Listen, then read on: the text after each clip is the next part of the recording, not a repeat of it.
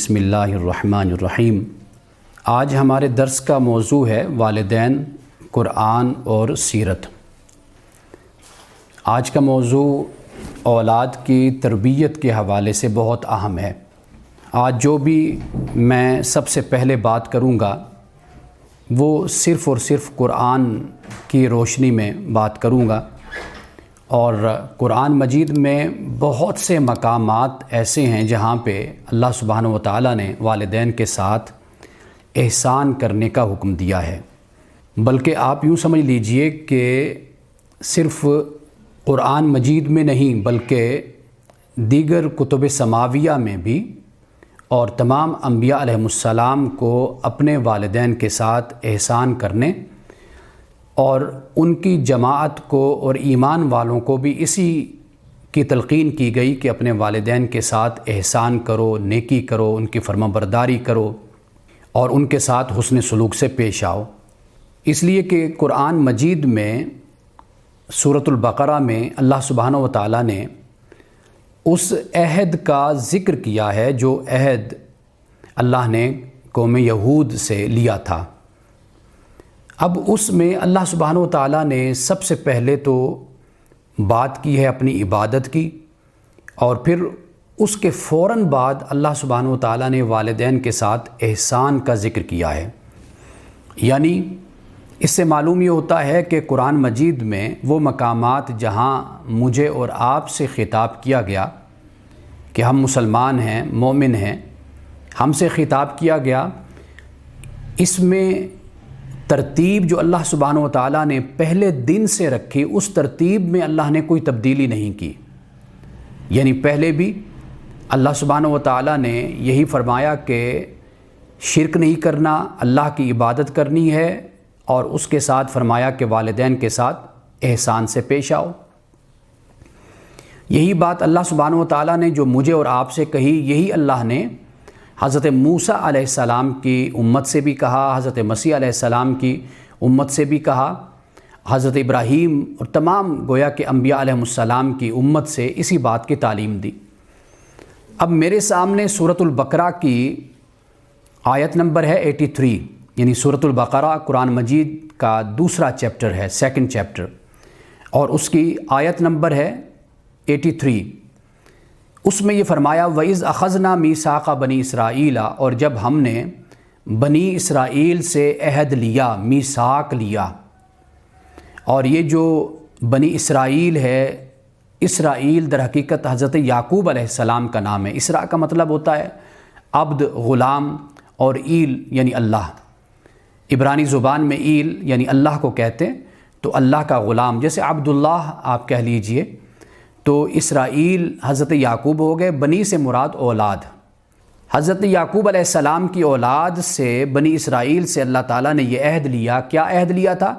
لا تعبدون الا اللہ، کہ تم اللہ کے سوا تم کسی کی بھی عبادت نہیں کرو گے، تم صرف اور صرف اللہ کی عبادت کرو گے۔ وبالوالدین احسانا، اور والدین کے ساتھ احسان کرو گے۔ وذی القربیٰ، رشتہ داروں کے ساتھ، والیتامیٰ، یتیموں کے ساتھ، والمساکین، مساکین کے ساتھ۔ اب یہ اللہ سبحانہ و تعالیٰ نے ترتیب بیان کر دی، یعنی مخلوق میں سب سے پہلے والدین کا حق بیان کیا، پھر رشتہ دار ہیں، پھر یتامہ ہیں، پھر مساکین ہیں، پھر اس کے بعد فرمایا وقولوا للناس حسنا، اور لوگوں سے اچھے طریقے سے بات کرو، خوبی سے، خوبصورت انداز میں لوگوں سے کلام کرو۔ واقیموا الصلاۃ، نماز قائم کرو۔ وآتوا الزکوٰۃ، اور زکوٰۃ ادا کرو۔ یعنی اس سے یہ معلوم بھی ہوتا ہے کہ حضرت موسیٰ علیہ السلام کی یعنی بنی اسرائیل سے جو عہد لیا گیا تھا اس میں نماز کو قائم کرنا اور زکوٰۃ کو ادا کرنا بھی تھا۔ یعنی نماز اور زکوٰۃ پہلی امتوں پر بھی فرض تھی، جس طرح روزے قرآن مجید نے بیان کیا کہ روزے فرض تھے۔ فرمایا ثم تولیتم الا قلیلا منکم وانتم معرضون، پھر تم لوگوں نے منہ پھیر لیا، تم اعراض کرنے والے تھے، مگر کم لوگ تھے کہ جنہوں نے اپنے عہد کی، اپنے وعدے کی پابندی کی تھی۔ اب یہ اس مقام پر آپ دیکھ لیجئے کہ اللہ سبحانہ و تعالیٰ نے کتنے مسائل کو واضح کر دیا۔ ایک تو یہ بتا دیا کہ اللہ کی عبادت کے بعد سب سے اہم کام یہ ہے کہ والدین کے ساتھ حسن سلوک سے پیش آؤ، اچھے طریقے سے پیش آؤ۔ احسان کا مطلب نیکی ہوتا ہے۔ والدین کے احسان کا بدلہ تو انسان کبھی نہیں دے سکتا، اور اللہ سبحانہ و تعالیٰ ہی کی بارگاہ میں دعا کر سکتا ہے کہ مولا مجھے اپنے والدین کا فرمانبردار بنا، ان سے حسن سلوک سے پیش آنے کے مجھے توفیق عطا فرما۔ اس لیے کہ جو شخص، یقین کیجئے، جو شخص اپنی زندگی میں، اپنے دن میں، اپنی رات میں اگر وہ اس کیفیت میں اور اس جذبے سے رہتا ہے تو یہ گویا کہ یہ بھی اللہ کی فرمانبرداری اور اللہ کی اطاعت میں رہنا ہے۔ تو یہاں پہ بہت سے مسائل اللہ سبحانہ و تعالیٰ نے واضح کر دیے، یعنی یہ بھی بتا دیا ذی القربیٰ کی بات پہلے کی۔ ذی القربیٰ کی بات اس لیے پہلے کر دی کیونکہ رشتہ دار، بہن بھائی، انسان تھوڑا سا ان کے معاملے میں کنجوسی کر جاتا ہے۔ یعنی ایک انسان اپنے رشتہ داروں سے، جو قریبی رشتہ دار ہوتے ہیں، ان سے تھوڑا سا ایوائڈ کرتا ہے یا بھاگتا ہے۔ یہ ایک انسان کی فطرت کہہ لیجئے، یا ایک حسد کا جذبہ کہہ لیجئے، یا ایک کمپٹیشن کا ماحول کہہ لیجئے، کہ وہ کہتا ہے کہ ٹھیک ہے میرے رشتہ دار زندہ تو رہیں اور اپنی حالت میں رہیں، لیکن مجھ جیسے نہ ہوں۔ تو اللہ سبحانہ و تعالیٰ نے اس لیے والدین کے بعد فوراً رشتہ داروں کا ذکر کر دیا، یعنی اس بات کو بیان کر دیا کہ والدین کے بعد رشتہ داروں کی اہمیت ہے، اور پھر اس کے بعد جو ترتیب ہے یتامہ، مساکین، اور پھر دوسرے جو لوگ ہیں ان کے ساتھ حسن سلوک اور اچھے طریقے سے کلام کرنے کی، گفتگو کرنے کی اللہ تعالیٰ نے تلقین فرمائی۔ کیونکہ بہت سے لوگ ایسے ہوتے ہیں کہ جن کے ساتھ ایسا مالی معاملہ تو نہیں ہوتا، انسان ان کے ساتھ زندگی میں، روزمرہ زندگی میں سلام دعا کرتا رہتا ہے، تو انسان کو یہ چاہیے، مسلمان کو چاہیے کہ یہ تکبر میں اور فخر میں نہ رہے، بلکہ جن لوگوں سے ملنا ہوتا ہے تو ان کے ساتھ حسن سلوک اور محبت سے ان سے پیش آتا رہے۔ اور اس مسئلے کو بھی واضح کر دیا کہ نماز قائم کرو اور زکوٰۃ ادا کرو، یعنی معلوم یہ ہو گیا کہ امت محمدیہ سے پہلے بھی جو امتیں تھیں اللہ نے ان کو بھی نماز کا، زکوٰۃ کا اور روزے کا اللہ نے حکم دیا تھا۔ اب اس کے بعد جو دوسرا مقام ہے وہ سورت بنی اسرائیل، قرآن مجید کی یہ 17ویں سورت ہے، 17، اور اس کی 2 آیات ہیں جس میں اللہ سبحانہ و تعالیٰ نے اس بات کو بیان کیا۔ میں یہ کہتا ہوں کہ یہاں پر اللہ نے احسان کی تفصیل بیان کر دی، یعنی قرآن مجید کا یہ انداز، یہ اسلوب ہے کہ اللہ سبحانہ و تعالیٰ اگر ایک لفظ استعمال فرماتا ہے پھر آنے والی آیات اس لفظ کی وضاحت کر دیتی ہیں۔ اب یہاں پہ دیکھیے، فرمایا وَقَضَىٰ رَبُّكَ أَلَّا تَعْبُدُوا إِلَّا إِيَّاهُ، کہ تیرے رب نے فیصلہ کر دیا، یہاں قضاء کا لفظ ہے، یعنی حکم دیا، فیصلہ کر دیا۔ وَبِالْوَالِدَيْنِ إِحْسَانًا، کہ پہلا یہ فیصلہ کیا کہ اسی کی ہی تم نے عبادت کرنی ہے، اسی کے سامنے جھکنا ہے، اسی کے لیے نماز ادا کرنی ہے، اسی کے لیے زکوٰۃ دینی ہے، اسی کے لیے تم نے روزہ رکھنا ہے، اسی کے لیے تم نے حج کرنا ہے۔ وَبِالْوَالِدَيْنِ إِحْسَانًا، اور والدین کے ساتھ احسان تم نے کرنا ہے۔ اِمَّا يَبْلُغَنَّ عِنْدَكَ الْكِبَرَ أَحَدُهُمَا، اب یہ احسان کی اللہ سبحانہ و تعالیٰ نے وضاحت کر دی کہ وہ دونوں اگر تمہارے پاس بوڑھے ہوتے ہیں، او احدہما، یا ان میں سے ایک، یعنی ایسا ہوتا ہے کہ دونوں بڑھاپے کی عمر کو پہنچ جاتے ہیں، یا دونوں میں سے ایک، یعنی ان میں سے ایک فوت ہو جاتا ہے، والدہ زندہ رہ جاتی ہے، کبھی والد زندہ رہ جاتے ہیں، تو فرمایا فلا تقل لہما اف، تو ان کو تم نے اف نہیں کہنا۔ یعنی اف کیا ہے؟ اف در حقیقت دل کی بیزاری کا نام ہے، کہ انسان اپنے دل میں والدین کے معاملے میں کوئی گھٹن محسوس کرتا ہے، کوئی بیزاری محسوس کرتا ہے، تو اللہ نے فرمایا کہ نہیں، اف بھی نہیں، ولا تنہرہما، اور نہ تم نے ان کو جھڑکنا ہے، وقل لہما قولا کریما، اور انہیں تم نے ہمیشہ عزت کی بات ان کے ساتھ تم نے کرنی ہے، یعنی عزت سے پیش آنا ہے۔ وَخْفِضْ لَهُمَا جَنَاحَ الذُّلِّ مِنَ الرَّحْمَةِ، اور یہ فرمایا کہ اپنے جو عاجزی کے بازو ہیں یہ تم نے ان کے لیے بچھائے رکھنے ہیں۔ اب یہ الفاظ توجہ طلب ہیں، اس لیے کہ اگر والدین تشریف لاتے ہیں تو انسان کا رویہ اپنے والدین کے ساتھ کیا ہونا چاہیے؟ ہمیشہ ویلکمنگ انداز ہونا چاہیے، خوش آمدید کہنے کا انداز ہونا چاہیے۔ ایسا انداز نہیں ہونا چاہیے کہ والدین یہ محسوس کریں کہ شاید ہم اس کے کمرے میں آ گئے یا ہم اس کے پاس بیٹھ گئے یا ہم ویسے اس کے گھر میں آ گئے تو اس نے ہمارے آنے پر ہمیں بوجھ خیال کیا۔ یعنی یہاں پر یہ فرمایا وَخْفِضْ لَهُمَا جَنَاحَ الذُّلِّ مِنَ الرَّحْمَةِ کہ رحمت سے عاجزی کے بازو ان کے لیے بچھائے رکھو۔ وَقُلْ رَبِّ ارْحَمْهُمَا كَمَا رَبَّيَانِ صَغِيرًا اور اے انسان تو یہ کہہ اے میرے رب ان پر رحم کر کہ جیسے انہوں نے میری پرورش کی اس وقت جب میں چھوٹا تھا۔ میں نے آپ کو یہ بتایا تھا کہ یہاں پر ربیانی کے الفاظ استعمال کیے ہیں، اور رب کا ایک اور معنی اور مفہوم بھی میں نے آپ کو بتایا تھا، وہ یہ کہ رب وہ ہوتا ہے کہ جو محبت، شفقت اور رحمت کی وجہ سے کسی کی ذمہ داری کو قبول کر لیتا ہے۔ یعنی اللہ سبحانہ و تعالیٰ رب ہے، اس نے اپنی مخلوق کی مادی ضرورتیں اور روحانی ضرورتوں کو پورا کرنے کی ذمہ داری کو لیا۔ کیوں؟ اس لیے کہ وہ اپنی مخلوق سے محبت کرتا ہے، وہ رحیم ہے، وہ کریم ہے، وہ رؤوف ہے، وہ اپنے بندوں سے محبت کرنے والا ہے۔ تو اس لیے اس نے، حالانکہ وہ نہ ذمہ داری لے تو اس سے کون پوچھنے والا ہے؟ اگر وہ اپنی مخلوق کا خیال نہ کرے تو اس سے کون سوال کرنے والا ہے؟ تو اللہ سبحانہ و تعالیٰ نے یہی جذبہ آپ کہہ لیجئے کہ والدین کے اندر پیدا کیا، کہ والدین بھی اپنی اسی محبت، شفقت اور رحمت کی وجہ سے اولاد کی ذمہ داری کو قبول کرتے ہیں۔ ورنہ کون کس کی ذمہ داری لیتا ہے؟ بھائی بھائی کی ذمہ داری نہیں لیتا، بہن بھائی کی ذمہ داری قبول نہیں کرتی، رشتہ دار کی ذمہ داری کو قبول نہیں کرتے۔ لیکن آپ یہ دیکھیے کہ والدین اولاد کی ذمہ داری کو قبول کرتے ہیں اور بڑی محبت سے، رحمت سے، شفقت سے اس کو ادا کرتے ہیں۔ یہ در حقیقت اللہ سبحانہ و تعالیٰ نے یہاں پر یہ فرمایا کما ربیانی صغیرا، کہ جیسے والدین نے میری پرورش کی جب میں چھوٹا تھا۔ رب کا مطلب ہی یہی ہے، امپرفیکشن سے پرفیکشن کی طرف لے کر جانا۔ یعنی میں کچھ نہیں تھا تو مجھے والدین نے اس قابل کر دیا کہ آج میں ایک پورا گوشت پوست کا ایک انسان ہوں، میں سوچتا ہوں، سمجھتا ہوں، میں دیکھتا ہوں، میں چلتا ہوں، میں پھرتا ہوں۔ میرے لیے انہوں نے تعلیم کا انتظام کیا، ہر طریقے سے انہوں نے میرے لیے وسائل کو پیدا کیا، دن رات محنت کی۔ تو یہ سب کچھ محبت اور شفقت کی وجہ سے ہی ہوتا ہے۔ مولانا روم نے بڑی خوبصورت بات یہاں پر کہی، وہ کہتے ہیں کہ اللہ نے اپنی خلق کی جو صفت ہے اس کی جھلک ماں کو عطا کی، اور جو رزق دینے کی جھلک ہے وہ اللہ نے والد کو عطا کی۔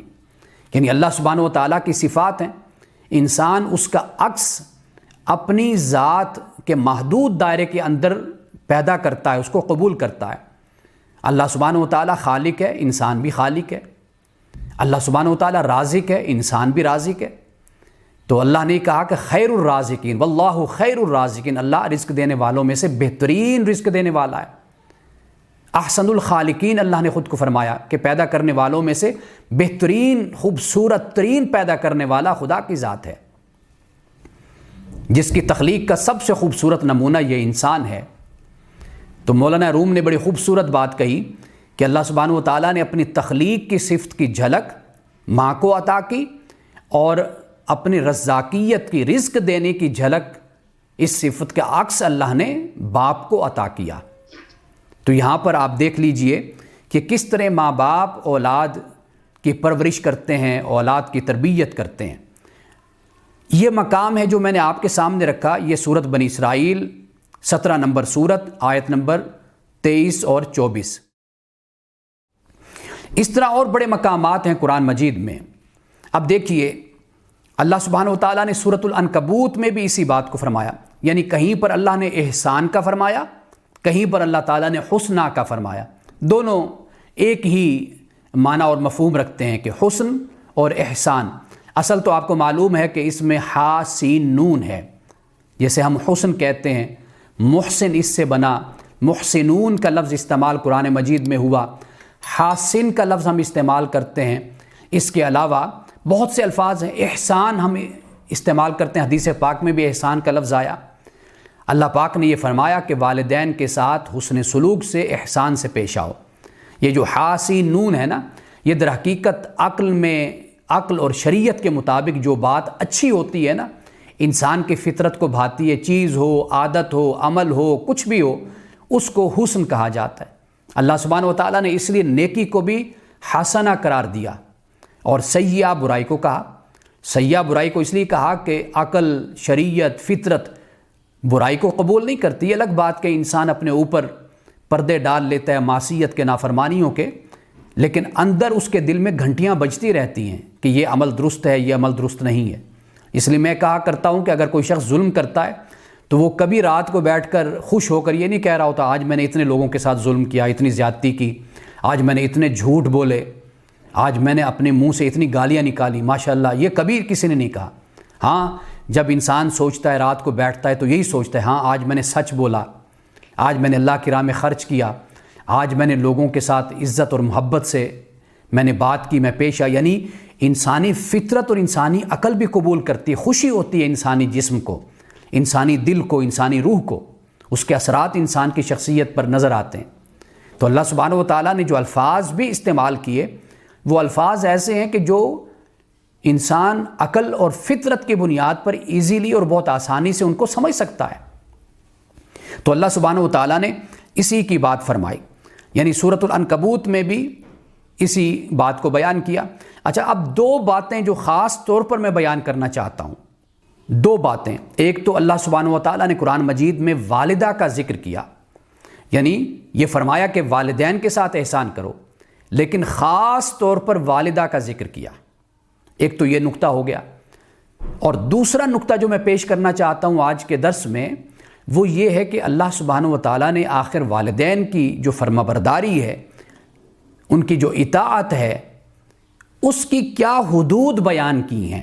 یہ دو باتیں خاص طور پر میں سامنے رکھنا چاہتا ہوں۔ اب آپ دیکھیے، اللہ سبحانہ و تعالیٰ نے سب سے پہلے تو میں اس بات کو بیان کرتا ہوں کہ والدہ کی جو تکلیف ہے، جو وہ بچے کو پیدا کرتی ہے اور اس کو اٹھا کر رکھتی ہے، دودھ پلاتی ہے، اللہ سبحانہ و تعالیٰ نے خاص طور پر اس کو بیان کیا۔ یہ سورۃ لقمان ہے، قرآن مجید کی 31ویں سورت ہے اور آیت نمبر ہے 15۔ اللہ نے فرمایا وَوَصَّيْنَا الْإِنسَانَ بِوَالِدَيْهِ، اللہ نے والدین کے بارے میں انسان کو وصیت کی ہے۔ انسان کا لفظ استعمال کیا، یعنی وہ انسان ہی نہیں کہ جو اپنے والدین کا ادب اور احترام نہ کرے۔ انسان کی انسانیت اسی وقت ہی اپنے کمال کو پہنچتی ہے، اور انسان اسی وقت ہی انسان نظر آتا ہے کہ جب وہ اپنے والدین کے ساتھ حسن سلوک سے پیش آتا ہے۔ اب یہاں پہ کیا فرمایا؟ فرمایا حملتہ امہ وہنا علی وہن، کہ اسے اس کی ماں نے اٹھایا کمزوری پر کمزوری برداشت کر کے۔ وفصالہ فی عامین ان اشکر لی، اور پھر یہ مدت 2 سال بنی کہ دودھ بھی ماں نے پلایا۔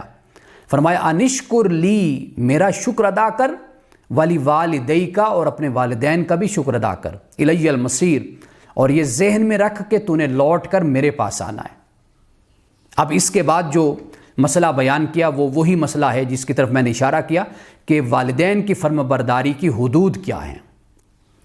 اچھا، اب اسی طرح ایک اور مقام پر بھی اللہ سبحانہ و تعالیٰ نے والدہ کی اسی تکلیف کو بیان کیا۔ وہاں پر کیا فرمایا؟ وہاں پر فرمایا حملتہ امہ کرہا ووضعتہ کرہا وحملہ وفصالہ 30 شہرا۔ فرمایا کہ یہ تیری ماں ہے کہ جس نے تجھے تکلیف پر تکلیف برداشت کر کے تجھے اٹھائے رکھا، یعنی حالت حمل میں رہی، حاملہ رہی، اور پھر اس کے بعد دودھ پلانے اور یہ اٹھائے رکھنے کی جو مدت ہے پیدا کرنے کی، فرمایا کہ یہ 30 مہینے کی مدت بنتی ہے۔ یہ 30 مہینے تیری ماں نے تجھے برداشت کیا، اس تکلیف کو اٹھایا، تجھے جنا، تجھے دودھ پلایا۔ 30 مہینے کی مدت قرآن مجید بیان کرتا ہے۔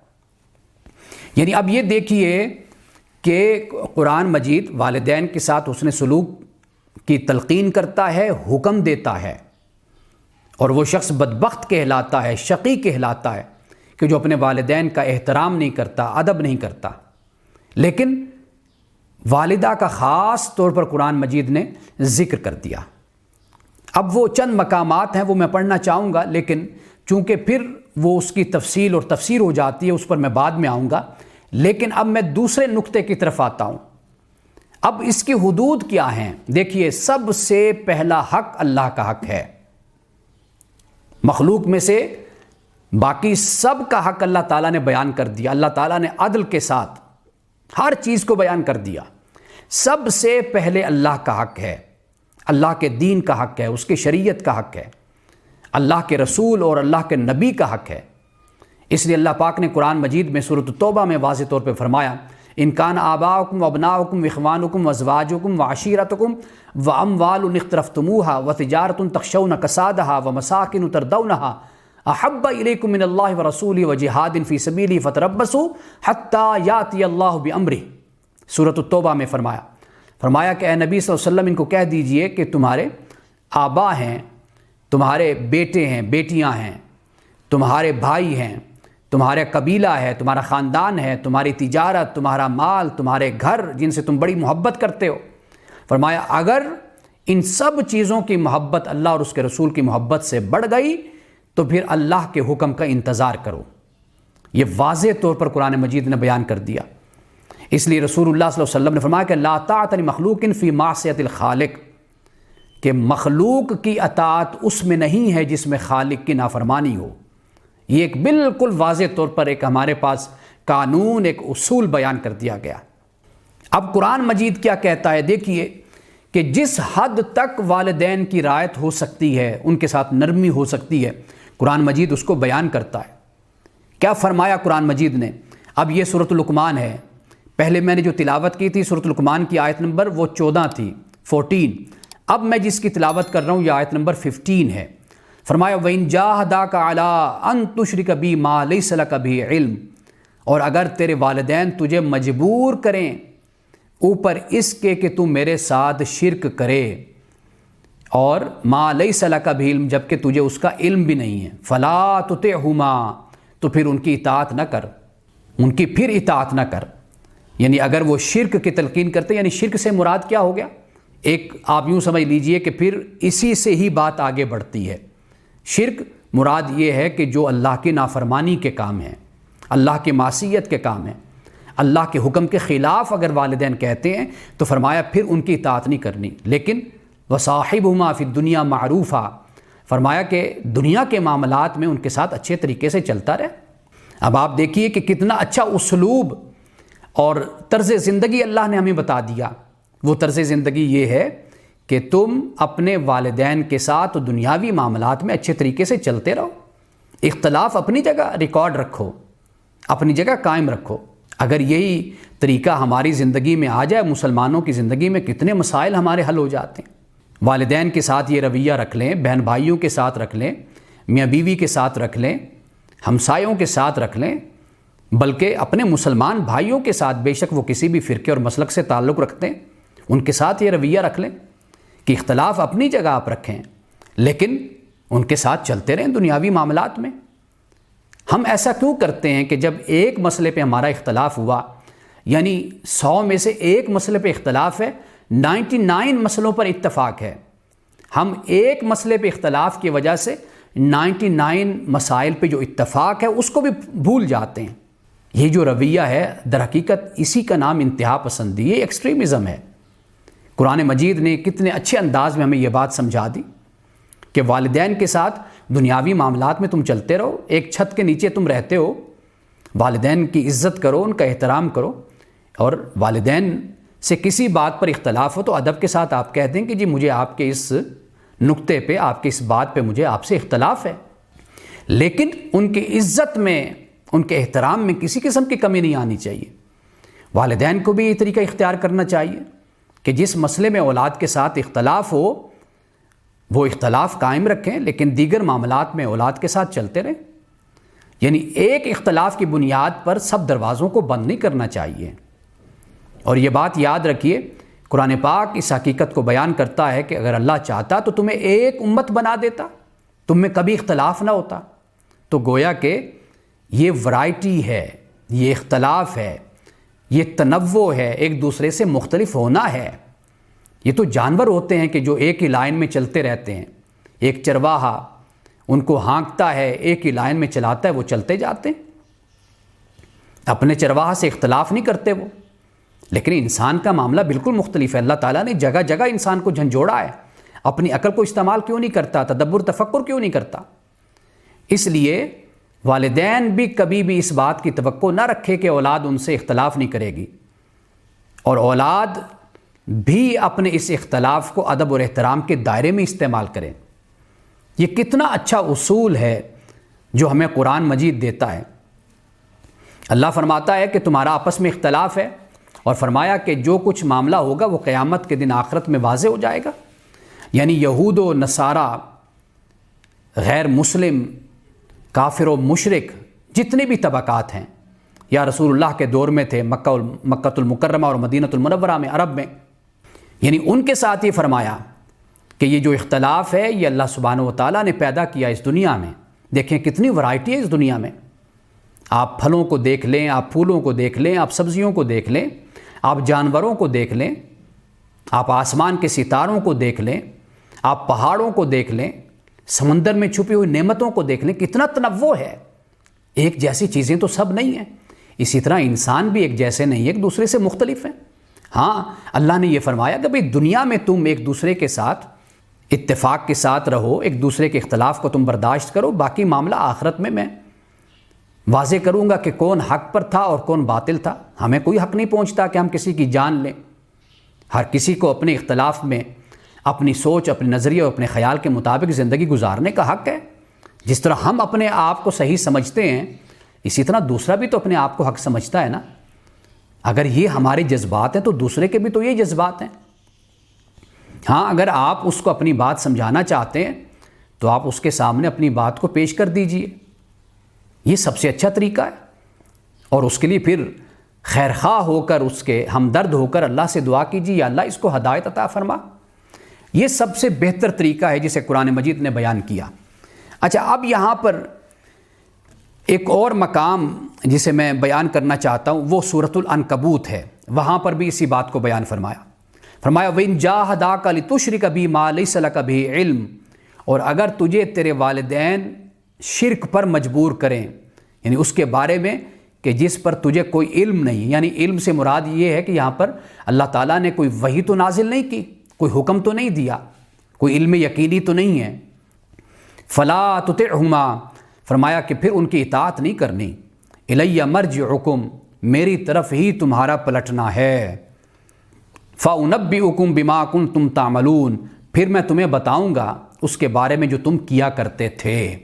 یہ دیکھیے یہاں پر اس بات کو بیان کر دیا، یعنی اولاد پر ذمہ داری ہے کہ والدین کے ساتھ اچھے طریقے سے چلتی رہے، ان کے حقوق کو ادا کرتی رہے، دنیاوی معاملات میں معروف طریقے سے ان کے ساتھ نبھا کرتی رہے، لیکن باقی اللہ تعالیٰ قیامت کے دن واضح کر دے گا۔ والدین قصوروار ہوں گے تو والدین اس کا نتیجہ بھگتیں گے، اگر اولاد قصوروار ہوگی تو اولاد اس کا نتیجہ بھگتے گی، لیکن اولاد کو اختلاف کے ساتھ ساتھ والدین کے ساتھ جینا چاہیے۔ کبھی گھر میں اختلاف ہو جاتا ہے، اکثر طور پر یعنی جیسے بہو ہے، بیٹی ہے، اختلاف ہوتا ہے، لیکن ایسا تو نہیں ہوتا کہ بھئی آپ نے چونکہ اختلاف کیا تو لہٰذا آپ گھر چھوڑ کر چلے جائیں، یا نعوذ باللہ اولاد یہ کہے کہ جی والدین چلے جائیں۔ تو یہ طریقہ تو نہیں ہے، اختلاف اپنی جگہ پر قائم رہتا ہے، اور پھر اس کے ساتھ ساتھ بس یہ انسان کے نفس کی تربیت ہوتی ہے۔ جتنی تربیت انسان اپنی کرتا ہے اتنی زیادہ انسان کی طبیعت سے نخوت، تکبر اور میں جو ہوتی ہے، میں یہ ایگو جس کو ہم کہتے ہیں، یہ اگر انسان اس کی تربیت کرتا رہے اور خود کو یاد کراتا رہے کہ میں انسان ہوں، میں کوئی جابر نہیں ہوں، میں کوئی متکبر نہیں ہوں، یہ سب کچھ خدا کی ذات کو جچتا ہے، میں انسان ہوں، میں نے بھی بہت سے لوگوں سے اختلاف کیا، میں بہت سے لوگوں سے مختلف ہوں، اگر میری اولاد، میری نسل مجھ سے مختلف ہے تو میں اس اختلاف کو قبول کروں۔ یاد رکھیے کہ انسان کی زندگی پھر ہی سکھ اور چین سے گزرتی ہے۔ اگر انسان اپنی انا کی دیواریں کھڑی کر لے گا تو پھر اس گھر میں کبھی سکون اور اطمینان نہیں ہوتا، وہاں پر ہمیشہ پھر جدائیاں اور طلاقیں اور پھر علیحدگیاں ہوتی ہیں۔ اب یہاں پر اللہ سبحانہ و تعالیٰ نے یہ سورۃ العنکبوت قرآن مجید کی 29 سورت ہے، اور اس کی آیت نمبر جو ابھی میں نے آپ کو بتائی وہ ہے 8 نمبر۔ اب اس کے بعد دیکھیے، میں یہ چاہوں گا کہ یہاں پر سورۃ الاحقاف یہ صورت ہے 46، اس کی آیت نمبر ہے جہاں سے میں شروع کرنا چاہتا ہوں۔ یہاں پہ اللہ سبحانہ وتعالیٰ نے اولاد کی دونوں صورتوں کو بیان کر دیا۔ دیکھیے پہلی آیت یعنی 15 سے میں سٹارٹ کر رہا ہوں۔ اللہ پاک نے فرمایا وَوَصَّيْنَا الْإِنسَانَ بِوَالِدَيْهِ إِحْسَانًا، ہم نے انسان کو اس کے والدین کے بارے میں احسان کا حکم دیا۔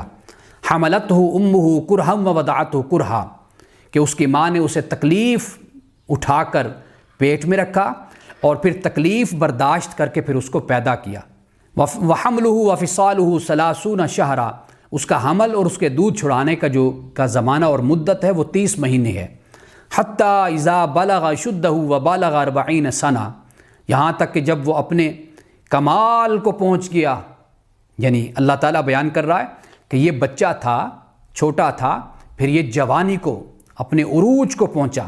وَبَلَغَ 40 سَنَةً، اور پھر یہ 40 سال کی عمر کو پہنچا، یعنی ایک عمر وہ کہ جو 20 سال 25 سال 30 سال کی عمر ہے، اس عمر تک تو نشے میں رہا، لیکن جب 40 سال کی عمر تک پہنچا تو پھر کیا کہتا ہے؟ وَبَلَغَ 40 سَنَةً، 40 سال کو پہنچا پھر کہتا ہے قَالَ رَبِّ أَوْزِعْنِي، اے میرے رب کہ تو مجھے توفیق عطا کر، أَنِ اشْكُرْ نِعْمَتَكَ، کہ میں شکر ادا کروں تیری نعمت کا، انعمت علیہ جو تو نے مجھ پر کی، وعلی والدیہ اور جو تو نے میرے والدین پر کی، وان اعمل صالحا، اور یہ کہ میں ایسے نیک عمل کروں ترداہ جن سے تو خوش ہو جائے، واصلح لی فی ذریتی، اور میری اولاد کو میری نسل کو بھی تو صالح بنا، نیک بنا، اچھا بنا، انی تبت الیک، میں تیری طرف رجوع کرتا ہوں، وانی من المسلمین،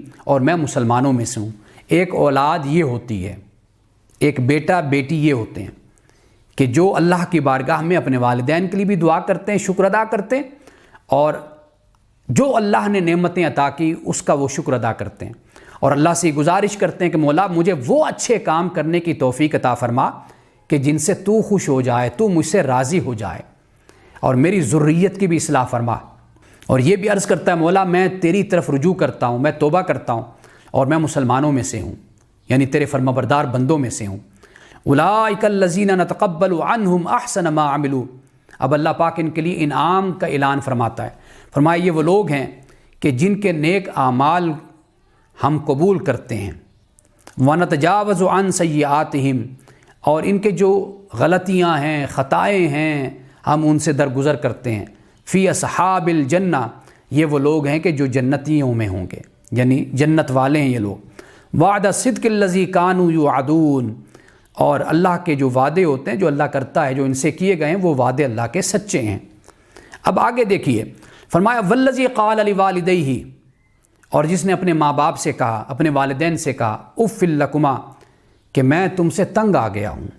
اف جیسے میں نے کہا نا کہ دل کی بیزاری کا اظہار ہے، کہ وہ والدین کو کہتا ہے اف تف کے الفاظ بولتا ہے اپنے والدین کے لیے۔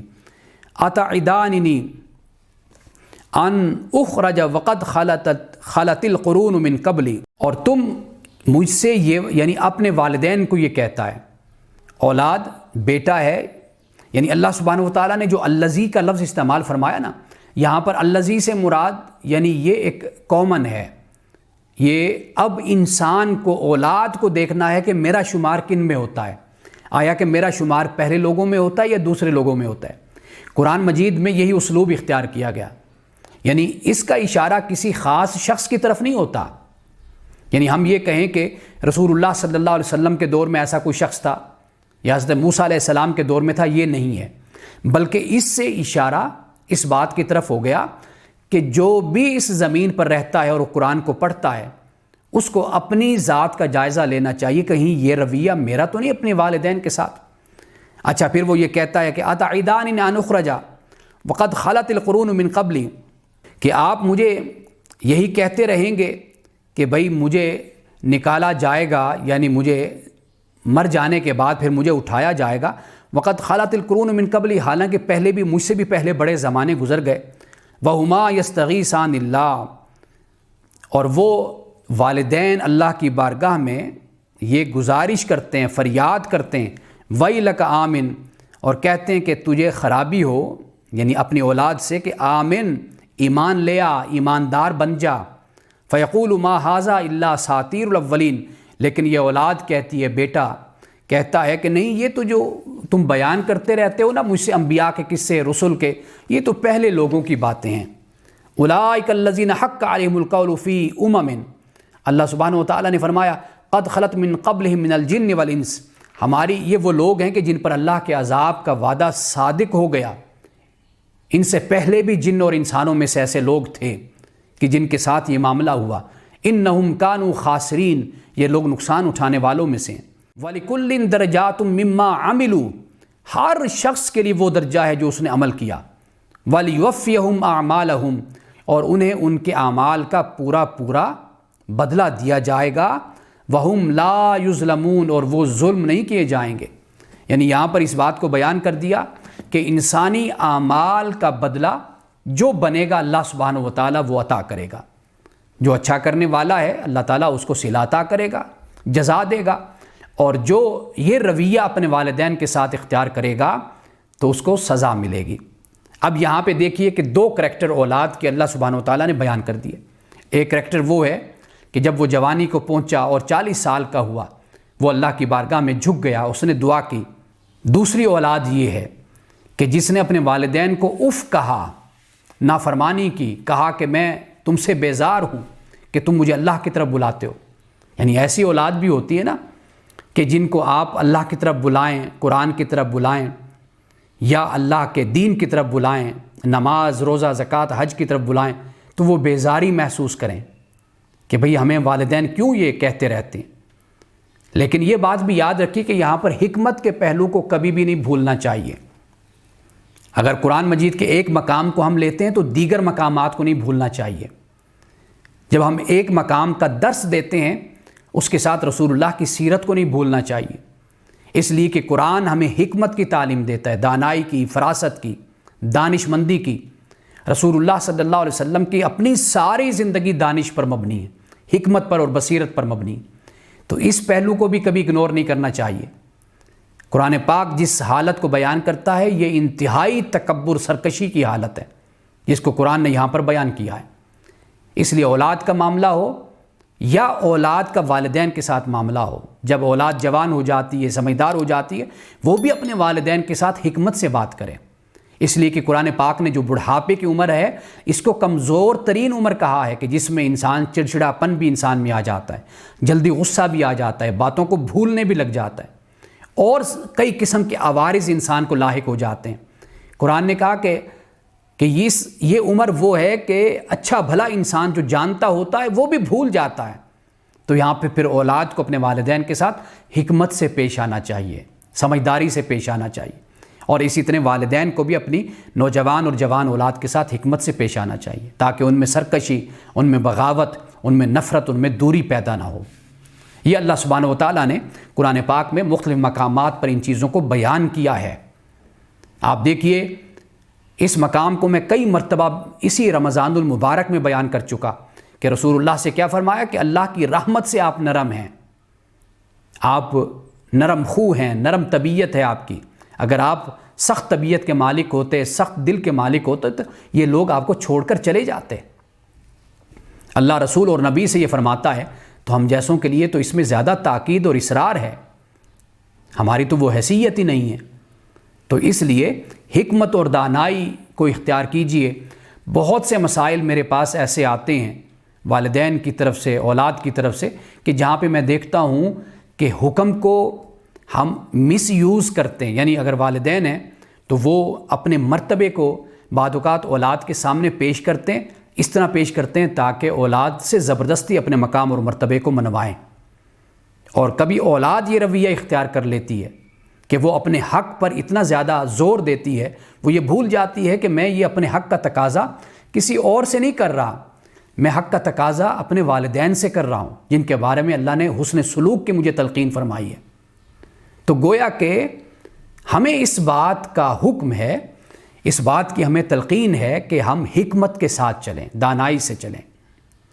اب اس کے بعد آئیے بہت سے مقامات ہیں قرآن مجید میں اللہ سبحانہ وتعالیٰ نے اپنے انبیاء علیہم السلام یعنی حضرت یحییٰ کے بارے میں قرآن کہتے ہیں وہ برم بوالدیہ، کہ حضرت یحییٰ علیہ السلام اپنے والدین کے ساتھ نیکی کرنے والے تھے، وَلَمْ يَجْعَلْنِي جَبَّارًا عَصِيًّا، اور وہ سرکش اور نافرمان نہیں تھے۔ یہ حضرت یحییٰ علیہ السلام کے بارے میں کہا۔ مطلب یہ ہے کہ والدین کے جو نافرمان ہوتے ہیں وہ سرکش بھی ہوتے ہیں اور وہ نافرمان بھی ہوتے ہیں۔ حضرت عیسیٰ علیہ السلام کے بارے میں کیا کہا؟ حضرت عیسیٰ علیہ السلام نے خود کہا وَبَرًّا بِوَالِدَتِي وَلَمْ يَجْعَلْنِي جَبَّارًا شَقِيًّا، کہ مجھے میرے رب نے حکم دیا کہ میں اپنے والدہ کے ساتھ نیکی سے پیش آؤں، اور مجھے حکم دیا کہ میں جبار اور شقی نہ بنوں۔ جبار سے مراد سرکش اور شقی سے مراد بدبخت۔ یعنی اب آپ یہ دیکھیے، یعنی اس کے جو مقابل مفہوم نکلتا ہے وہ یہ ہے کہ جو بھی اپنی والدہ کا نافرمان ہوگا وہ جبار ہوگا، وہ شقی ہوگا، یعنی سرکش ہوگا اور وہ بدبخت ہوگا۔ اب یہ قرآن مجید کی آیات ہیں جو میں نے آپ کے سامنے رکھی۔ میں چاہتا ہوں کہ چند احادیث اور رسول اللہ صلی اللہ علیہ وسلم کی سیرت کے کچھ نمونے بھی میں آپ کے سامنے رکھوں۔ رسول اللہ صلی اللہ علیہ وسلم کے پاس ایک صحابی آتے ہیں، عرض کرتے ہیں یا رسول اللہ صلی اللہ علیہ وسلم کہ والدین دنیا سے رخصت ہو جاتے ہیں، تو اس کے بعد بھی کیا کوئی ان کے ساتھ نیکی کرنے کا کوئی تصور موجود ہے کہ ان کے ساتھ نیکی کی جائے ان کی وفات کے بعد؟ کیا یہ نیکی کا سلسلہ ان کی وفات کے بعد بھی جاری رہتا ہے؟ اب توجہ سے سنیے الفاظ، رسول اللہ نے کیا فرمایا؟ فرمایا نعم، ہاں جی، الصلاۃ علیہما، ایک تو ان کا نماز جنازہ پڑھنا ہے، والاستغفار لہما، ان کے لیے استغفار کرنا ہے، وانفاذ عہدہما من بعدہما، اور پھر ان کے جو وعدے ہیں انہوں نے زندگی میں کسی سے کیے تھے ان وعدوں کو پورا کرنا ہے، وصلۃ الرحم التی لا توصل الا بہما، اور پھر صلہ رحمی کرنا ہے ان کے بعد کے جو لوگ ہیں رشتہ دار ہیں ان کے ساتھ، واکرام صدیقہما، اور پھر جو ان کے دوست ہیں نا ان کی عزت ان کا احترام اس بنیاد پہ کرنا کہ یہ میری والدہ کی سہیلیاں ہیں، یہ میرے والد کے دوست ہیں۔ رسول اللہ صلی اللہ علیہ وسلم نے، حضرت ابو ہریرہ فرماتے ہیں کہ 3 بار آپ نے فرمایا کہ اس شخص کی ناک خاک آلود ہو، ناک خاک آلود ہو، ناک خاک آلود ہو، یعنی یہ ایک ذلت کی طرف اشارہ کیا۔ پھر فرمایا من ادرک والدیہ عند الکبر احدہما او کلیہما، فرمایا کہ وہ شخص کہ جس نے اپنے والدین کو بڑھاپے میں پایا، دونوں کو پایا یا ایک کو، فرمایا ثم لم يدخل الجنت، پھر وہ جنت میں داخل نہ ہو سکا۔ یعنی والدین کی خدمت، حسن سلوک، یہ جنت میں داخلے کا باعث بنتے ہیں۔ اللہ سبحانہ و تعالیٰ چھوٹے موٹے گناہ انسان کے معاف کر دیتا ہے، خطائیں معاف کر دیتا ہے۔ اگر انسان بڑی نیکیاں کرنے والا ہو تو ان بڑی نیکیوں کے صدقے سے جب چھوٹے گناہ معاف ہوں گے تو واضح بات ہے کہ انسان جنت میں جائے گا۔ ایک شخص نے پوچھا کہ والدین کا اولاد پہ حق کیا ہے؟ فرمایا ہما جنتوں کا و ناروں کا، جہنم کا، فرمایا وہ تیری جنت ہے، وہ تیری جہنم ہے۔ یعنی اب تجھ پہ انحصار ہے کہ تو ان کی خدمت سے جنت کو پالے یا ان کے نافرمانی سے تو جہنم کا ایندھن بن جائے۔ ایک شخص نے رسول اللہ صلی اللہ علیہ وسلم سے مشورہ کیا جہاد کے بارے میں، آپ نے کیا فرمایا؟ فرمایا تیری والدہ ہے؟ عرض کیا رسول اللہ جی بالکل میری والدہ حیات ہیں۔ فرمایا اس کی خدمت کو لازم پکڑ لے، اس لیے کہ تمہاری جنت اس کے قدموں کے نیچے ہے۔ اب آپ دیکھیے یہ ہے اصل میں اسلامی تہذیب، یہ ہے مسلم تہذیب، یہ رہن سہن ہے، یہ کلچر ہے۔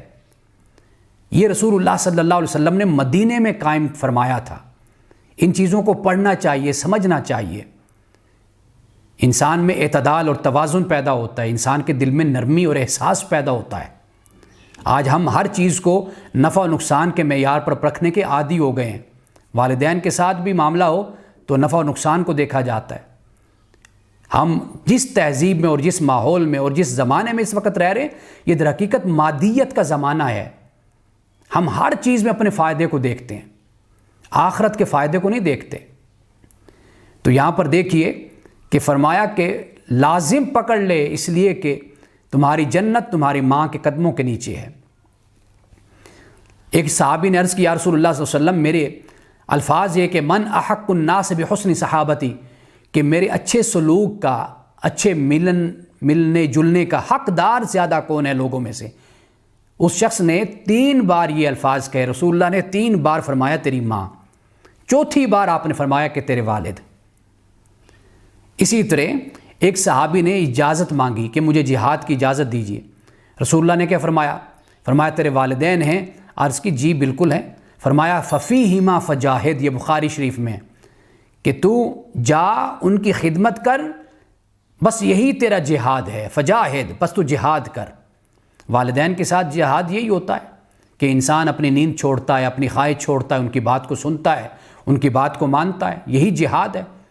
اپنے نفس سے لڑ کر انسان اپنے والدین کی خدمت کرتا ہے۔ کبھی وہ کچھ منہ سے بول بھی دیتے ہیں تو انسان خاموشی سے سن لیتا ہے، یہ بھی ایک جہاد ہے۔ ایک صحابی نے عرض کی یا رسول اللہ صلی اللہ علیہ وسلم، جہاد کی خواہش رکھتا ہوں لیکن ہمت نہیں ہے، یعنی میری استطاعت اور طاقت نہیں ہے۔ رسول اللہ نے کیا فرمایا؟ توجہ سے سنیے یہ ارشاد کہ کتنی فضیلت آپ نے بیان فرمائی۔ آپ نے فرمایا تیرے والدین زندہ ہیں؟ عرض کی یا رسول اللہ والد تو نہیں ہیں، والدہ زندہ ہیں۔ حدیث کے الفاظ ہیں کہ فَأَبْلِ اللَّهَ فِي بِرِّهَا، فرمایا اپنی ماں کی خدمت بجا لاتے رہو اور اسی حال میں اللہ کی بارگاہ میں پیش ہو جاؤ۔ فَإِذَا فَعَلْتَ ذَلِكَ، فرمایا اگر تو اس طرح کرتا رہا تو فَأَنْتَ حَاجٌ وَمُعْتَمِرٌ وَمُجَاہِدٌ، فرمایا پھر تو ماں کی خدمت میں جب رہے گا تو جب اللہ کی بارگاہ میں پہنچے گا تو گویا کہ تو حج کرنے والا ہوگا، تو عمرہ کرنے والا ہوگا، تو جہاد کرنے والا ہوگا۔ یعنی صرف یہ نہیں فرمایا کہ تو مجاہد بن کر اللہ کی بارگاہ میں حاضر ہوگا، رسول اللہ نے 2 اور عبادتوں کا ذکر کر دیا۔ فرمایا جب تو اپنی ماں کی خدمت کرتے ہوئے، خدمت بجا لاتے ہوئے اللہ کی بارگاہ میں تو پیش ہو جائے گا نا، تو پھر اللہ سبحانہ و تعالیٰ تجھے حج کا، عمرے کا اور جہاد کا ثواب عطا کرے گا۔ یہ ماں کی عظمت ہے، یہ ماں کا مقام اور مرتبہ ہے۔ اور ایک شخص نے عرض کیا رسول اللہ مجھے جہاد کی اجازت دیجیے۔ فرمایا تیری والدہ زندہ ہے؟ عرض کی جی زندہ ہے۔ فرمایا الزم رجلیہا فسم الجنہ، الفاظ توجہ طلب ہیں، چونکہ عربی جو شخص جانتا ہے نا وہی مزہ لیتا ہے الفاظ کا۔ فرمایا کہ اپنی ماں کے قدموں کو لازم پکڑ لے، تھام لے جا کر اپنے ماں کے پاؤں کو، الزم رجلیہا، کہ اپنی ماں کے پاؤں کو، قدموں کو لازم پکڑ لے، یعنی یہ خدمت کی طرف اشارہ ہے کہ ماں کے قدموں سے اٹھ نہیں۔ فسم الجنہ، تیرا مقام جنت کا وہی ہے، سم الجنہ، وہی ٹھکانہ ہے جنت کا۔ یہ ماں کی عظمت اور ماں کی خدمت کو بیان کیا گیا۔ والدین، والد کے بارے میں بھی رسول اللہ نے یہ فرمایا سخت الرب فی سخت الوالد، مشہور حدیث ہے کہ رب کی ناراضگی والد کی ناراضگی میں ہے، یعنی اس کے مفہوم مخالف اگر ہم لیتے ہیں تو مخالف مفہوم اس کا یہ نکلے گا کہ اگر تو رب کو راضی کرنا چاہتا ہے تو پھر اپنے باپ کو راضی کر لے۔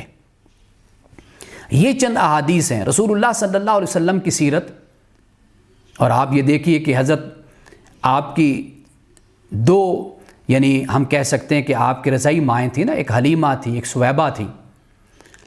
حضرت حلیمہ سعدیہ کے لیے آپ نے اپنی چادر کو بچھا دیا، ایک بوڑھی خاتون آئی، صحابہ کہتے ہیں، آپ نے ان کے لیے اپنی چادر کو بچھایا۔ یا تو چادر بچھتی تھی حضرت حسان بن ثابت کے لیے کہ جنہیں حضور فرماتے تھے کہ ہماری نعت سناؤ ہمیں، یا پھر یہ چادر بچھی حضرت حلیمہ سعدیہ کے لیے، حضرت حلیمہ سعدیہ کے لیے چادر بچھائی۔ صحابہ کہتے ہیں بوڑھی خاتون آئی رسول اللہ کی بارگاہ میں تو آپ نے چادر بچھائی، وہ بیٹھی، کھڑے ہو گئے آپ جب وہ تشریف لائیں، ان کو بٹھایا، گفتگو ہوئی، پھر اس کے بعد وہ جب جانے لگی حضور کھڑے ہو گئے۔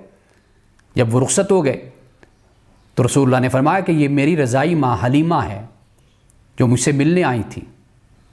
یہ ادب اور احترام کیا۔ ایک موقع پر کہ جب آپ کسی غزوہ سے تشریف لا رہے تھے، ابوا کے مقام پر حضرت آمنہ کا وصال ہوا۔ 28 سال کی عمر تھی حضرت آمنہ کی جب ان کا انتقال ہوا تھا۔ رسول اللہ 6 ماہ کے تھے۔ جب آپ غزوہ سے آئے تو روایات میں آتا ہے کہ رسول اللہ اپنے گھٹنوں میں سر دے کر رونے لگے۔ صحابہ نے جب اس کیفیت میں رسول اللہ کو دیکھا تو عرض کیا رسول اللہ آپ کیوں رو رہے ہیں؟ فرمایا بس اپنی ماں کے ساتھ گزرا ہوا زمانہ یاد آ گیا، وہ بچپن کا وقت یاد آ گیا جو میں نے اپنی ماں کے ساتھ گزارا تھا۔ تو رسول اللہ صلی اللہ علیہ وسلم نے اپنی رضائی ماں سے محبت کی، دوسروں کی ماؤں کا احترام کیا، ان کا ادب کیا۔ اس سے یہ تعلیم ملتی ہے کہ جب رسول اللہ اپنی رضائی ماں کا اتنا ادب کرتے ہیں یا دوسروں کی ماؤں کا اتنا ادب اور احترام کرتے ہیں، تو پھر اگر رسول اللہ کی اپنی والدہ زندہ ہوتی تو حضور ان سے کتنی محبت کرتے، ان کا کتنا ادب اور احترام کرتے۔ یہ ارشادات ہی ہمیں بتاتے ہیں کہ رسول اللہ صلی اللہ علیہ وسلم کی والدہ حیات ہوتی، زندہ ہوتی، تو رسول اللہ کتنا ادب اور کتنا احترام اپنی والدہ کا کرتے۔ کاش یہ تعلیم، یہ باتیں ہم اپنی نوجوان نسل کو بتا سکیں، ان کو سمجھا سکیں، اس لیے کہ وقت جو گزر رہا ہے، آج کی اولاد وہ کل کے والدین ہوتے ہیں۔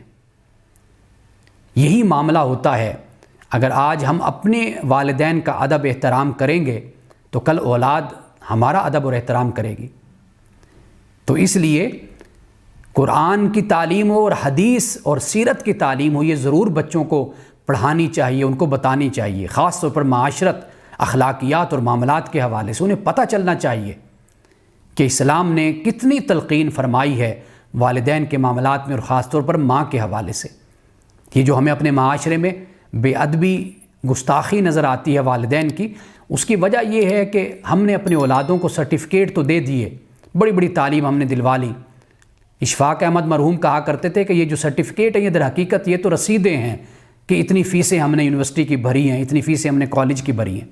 اصل تو تعلیم کا پتہ چلتا ہے انسان کے اخلاق سے، انسان کے کردار سے۔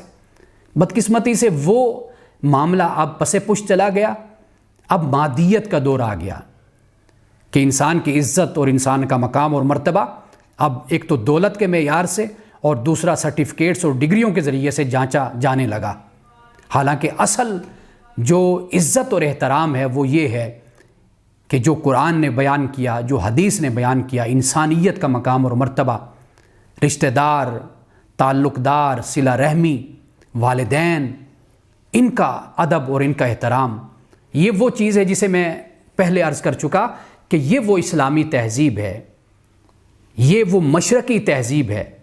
اس کو زندہ کیجئے، یہ خوبیاں اور یہ صفات اور یہ انفرادیت جو ہماری تہذیب میں، اس کو پیدا کیجئے۔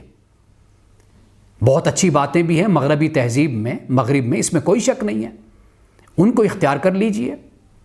جیسے عربی زبان میں کہتے ہیں کہ دع خذ ما صفا دع ما قدر، کہ جو اچھا ہے وہ لے لو اور جو اچھا نہیں ہے اس کو چھوڑ دو۔